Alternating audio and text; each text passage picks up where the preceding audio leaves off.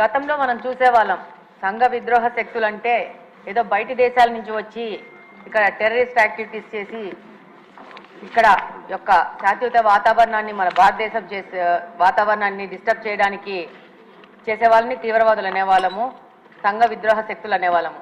కానీ 2019వ సంవత్సరం నుంచి దీని అర్థం మారిపోయింది. గత పాలకులు గాంజా అనే మత్తు పదార్థాన్ని రాష్ట్రం మొత్తం తీసుకొచ్చి ప్రజల మీద దాడులు అనేది పెరిగిపోయాయి. ఈ గాంజా సేవించిన వాళ్ళు సామాన్య ప్రజల మీద దాడులు చేయడము, వాళ్ళని ఇబ్బందులు గురి చేయడం జరుగుతూ ఉంది. అధ్యక్ష, ఒకప్పుడు గాంజా అనేది పెద్ద పెద్ద నగరాలకి, పెద్ద పెద్ద సిటీస్కి మాత్రమే పరిమితమయ్యేది ఉంది. ఆ సిటీస్లోనే పబ్బులలో, రెస్టారెంట్లో అవైలబుల్ ఉంది. ఇప్పుడు గాంజా అనేది చిన్న మండల స్థాయికి, గ్రామ స్థాయికి చేరుకోవడం జరిగింది. ఇప్పుడు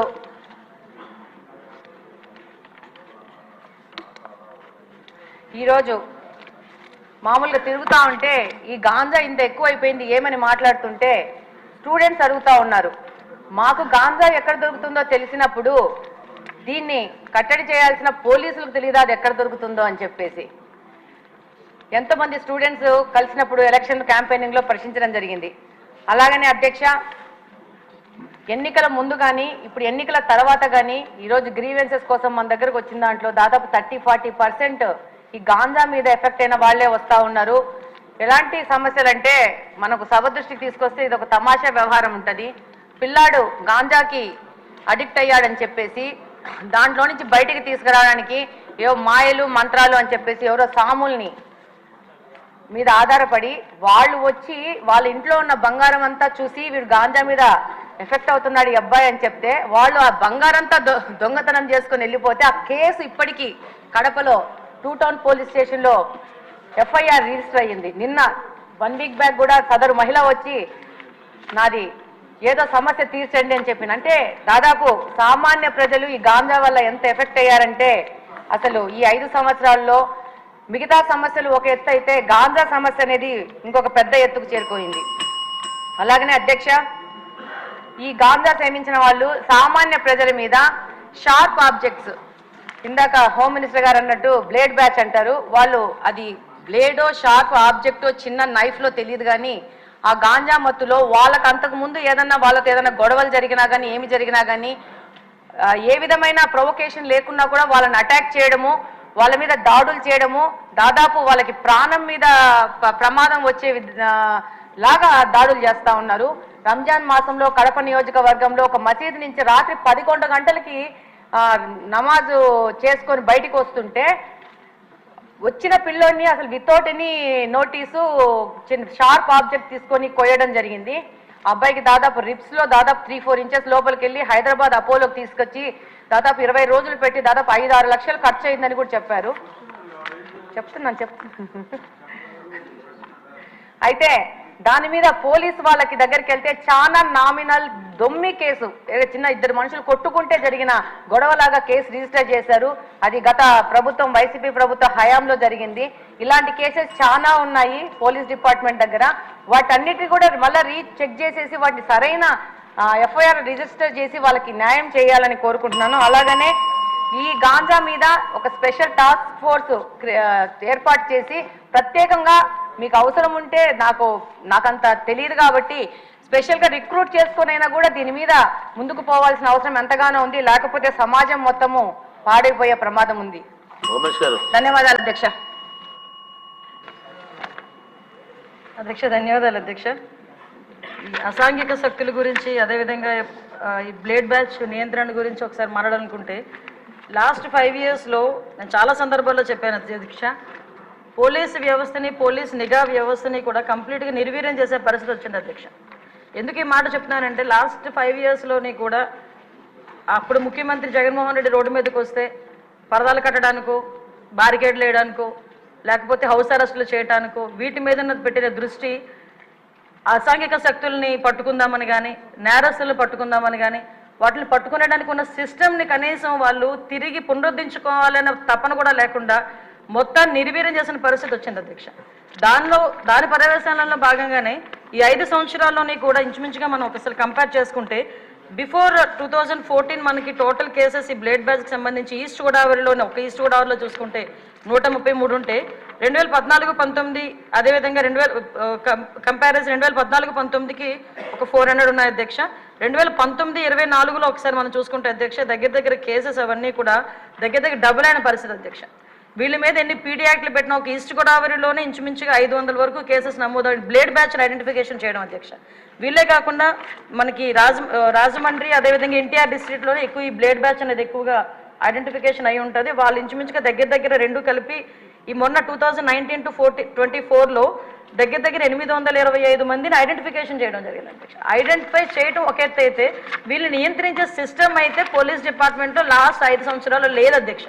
ఎందుకు ఈ మాట చెప్తున్నానంటే దగ్గర 15,000 సీసీ కెమెరాలు 2014-19 వరకు టీడీపీ హయాంలో పెడితే ఒక్క సీసీ కెమెరాని పెట్టకపోవడం సరికదా, ఉన్న సీసీ కెమెరాలను కూడా పునరుద్ధరించుకోకపోవడం అనేది నిజంగా ఒక సిగ్గుచేడు అధ్యక్ష.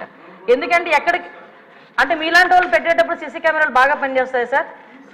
అప్పుడు తీసేసి వీడియో తీశారు కదా సార్ మిమ్మల్ని చూపించడానికి, డైరెక్ట్ వీడియోలో చూపించుకున్నాడు.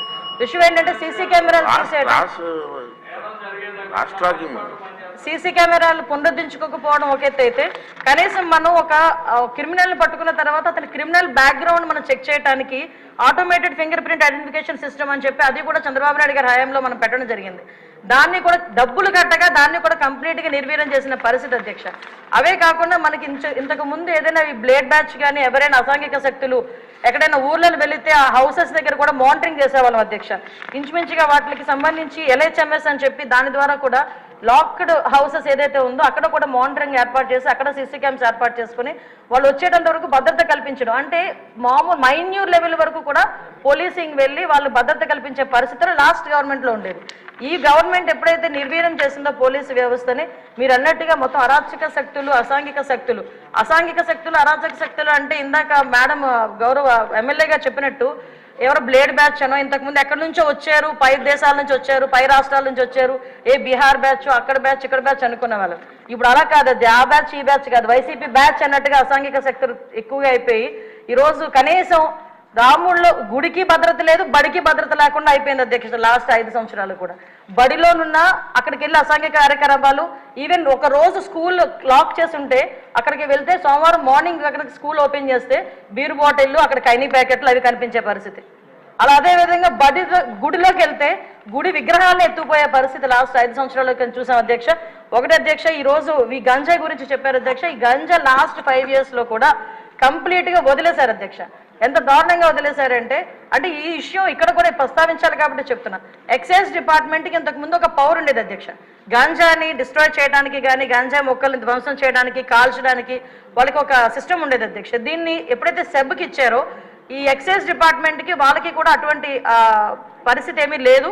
ఈ సెబ్ కూడా ఓవరాల్గా ఒక గంజా మీదే కాకుండా ఓవరాల్ మనకి మైన్స్ మీద, శాండ్ మీద, లిక్కర్ మీద వీళ్ళు ప్రత్యేకమైన దృష్టి పెట్టడం, గంజాయిని పక్కన పెట్టడం జరిగింది అధ్యక్ష. దాని పర్యవేక్షణలో భాగంగా గంజాయి అన్నది ఎవరో ఎక్కడో ఈ యూనివర్సిటీ పిల్లలు పెద్ద పిల్లలు తాలూకా పిల్లలు చేస్తారనుకున్నది కాస్త స్కూల్ లెవెల్లో ఈరోజు స్కూల్ బ్యాగ్లో కూడా వెళ్ళిపోయింది అధ్యక్ష గంజాయి ప్యాకెట్.